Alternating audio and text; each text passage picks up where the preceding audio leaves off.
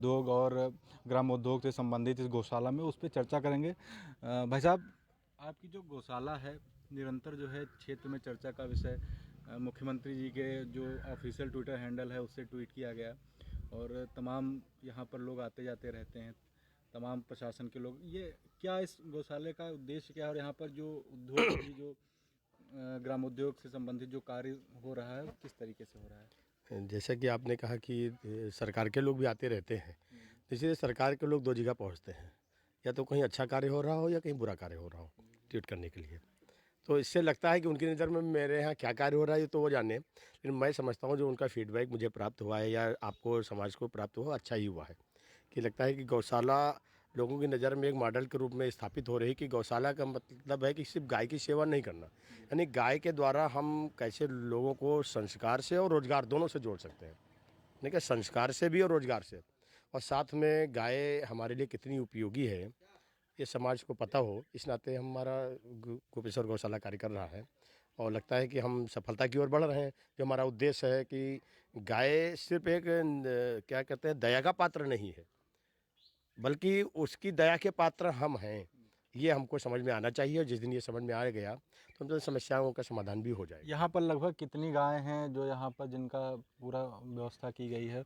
क्या क्या व्यवस्थाएं हैं? यहाँ पे लगभग 250 गाय हैं हमारे पास इस समय, जिन पर हम उनकी छत्रछाया में सारा कार्य चल रहा है। और 35 गाय दूध वाली हैं, और वो भी दूध वाली ऐसी गाय हैं। हमने एक प्रकल्प चलाया है कि जो लोग गौदान करते हैं तो वो गाय को गौदान के रूप में गौशाला को दें।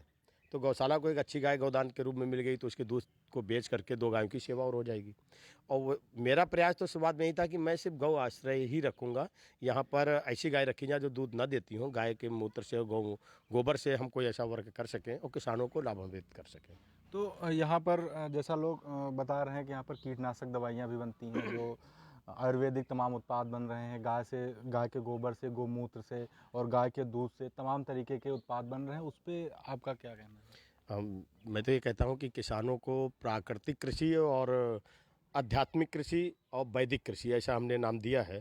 और ज़्यादा कहा जाए तो पारंपरिक कृषि अगर उस ओर अगर बढ़ते हैं तो निश्चित गाय के प्रति जो गोबर से खाद बनने का है, बैलों से अन्य कार्य करने का है, और गौमूत्र से कीट नियंत्रक में नीम की पत्ती हो या ऐसे डाल के अगर करेंगे तो दो चीज़ों का लाभ होगा कि जो प्रारंभिक और वैदिक कृषि और आयुर्वेदिक कृषि की बात कर रहे हैं वो भी सफल होगा, और जो भी उससे उत्पादित अन्न या जो भी चीज़ें उत्पादित होंगी वो कहते हैं कि निरोगी होंगी। उनके खाने से हमारे अंदर जो कैंसर है, किडनी है, माइग्रेन है, तमाम ऐसी व्याधि आ रही हैं वो समाप्त हो जाएंगी।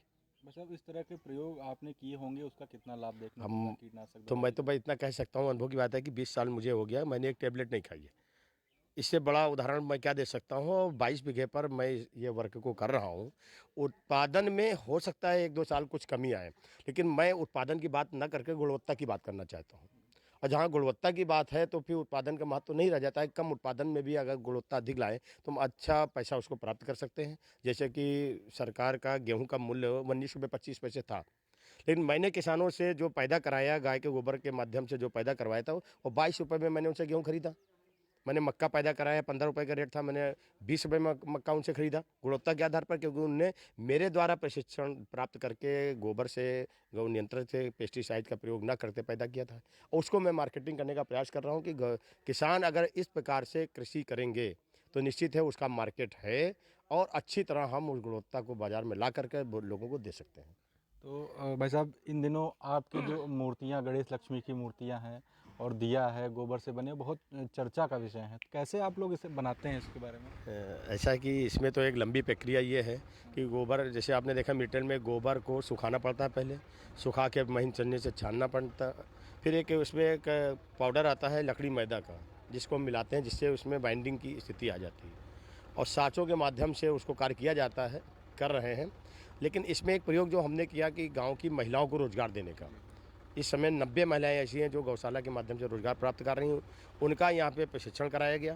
प्रशिक्षण के बाद उनको यहाँ से सामग्री उपलब्ध कराई गई, और उनको कहा गया कि अगर आपके यहाँ गाय गोबर दे रही है, दूध नहीं दे रही है, फिर भी आप एक गाय से 200-300 रुपये प्रतिदिन पैदा कर सकते हैं। आपको सिर्फ बनाना है, बेचना मुझे है। सर अभी तो ये दीपावली चल रही है, दिया है और गणेश लक्ष्मी की मूर्ति है, लेकिन उसके बाद की क्या योजना है? किस तरीके से आप लोग गौमूत्र से गौमूत्र से, गोबर से कौन उत्पाद बनाना चाह रहे हैं जो भविष्य में जो लोगों को रोजगार भी मिलता रहे और जो गायों का संरक्षण का कार्य है वो भी होता रहे?